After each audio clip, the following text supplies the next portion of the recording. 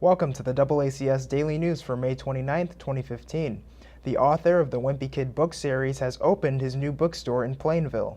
Jeff Kinney, his wife, and supporters held a ribbon-cutting ceremony outside of the store named An Unlikely Story. The bookstore and cafe has a historic past, and Mr. Kinney spoke more about the building and why he began the project. We're standing on the site of the former Falks Market, which was the nerve center of Plainville for a long time. It's been here since actually 1856. And we knew the building needed to come down, so we took it down. And we built something new in its place. And we really wanted to capture the spirit of Falks Market, to build something where the community would really come together and meet one another. We really wanted to make a building that was environmentally conscious, so we're actually pushing for LEED Gold, L-E-E-D, which is an environmental standard. And we're using solar panels and recycled wood, reclaimed wood, recycled rubber and other materials to kind of make the building as environmentally sustainable as possible. You know, a lot of stores that exclusively sell new books, chains like Borders have gone away.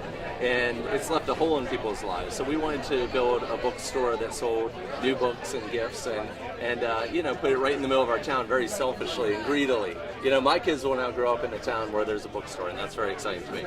Plainville is where I live. It's where I call home. And I think that to improve your community, you really need to start from the inside out. You really need to, you need to invest in the community to make it thrive. We're open for a few hours today, and then we'll be open all day tomorrow, and we'll see what happens. You know, the gates are going to open, and we're going to see who shows up.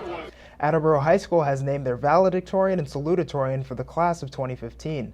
The school held their annual Val-Sal ceremony yesterday afternoon, where the top two students of the class were recognized. Benjamin Wagner was named salutatorian.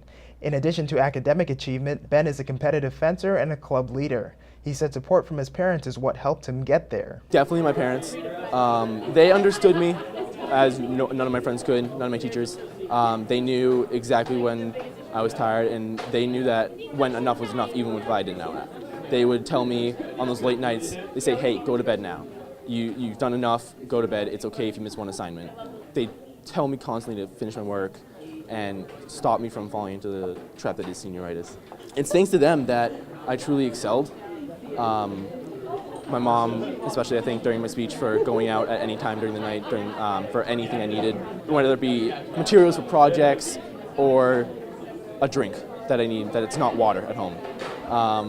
They are the ones that truly led me to be salutatorian. Sarah Williams was named valedictorian for the class with a GPA of 101.103. In addition to academics and volunteer work, she began a new student group to raise mental health awareness. She spoke more about her high school experience. Well, I've taken 7 different AP classes starting my sophomore year, and it was definitely a lot of work, a lot of countless nights and a lack of sleep.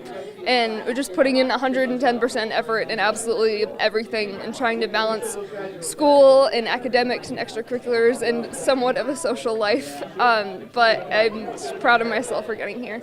Sarah also offered advice to the upcoming class. It's absolutely attainable. It might seem impossible, but if you just put in all of your effort, I never imagined myself here, and you're capable of so much more than you would think. So you just keep reaching for the stars, and you'll hopefully get there one day. That's it for today's update. For DoubleACS News, I'm Austin Ricketts.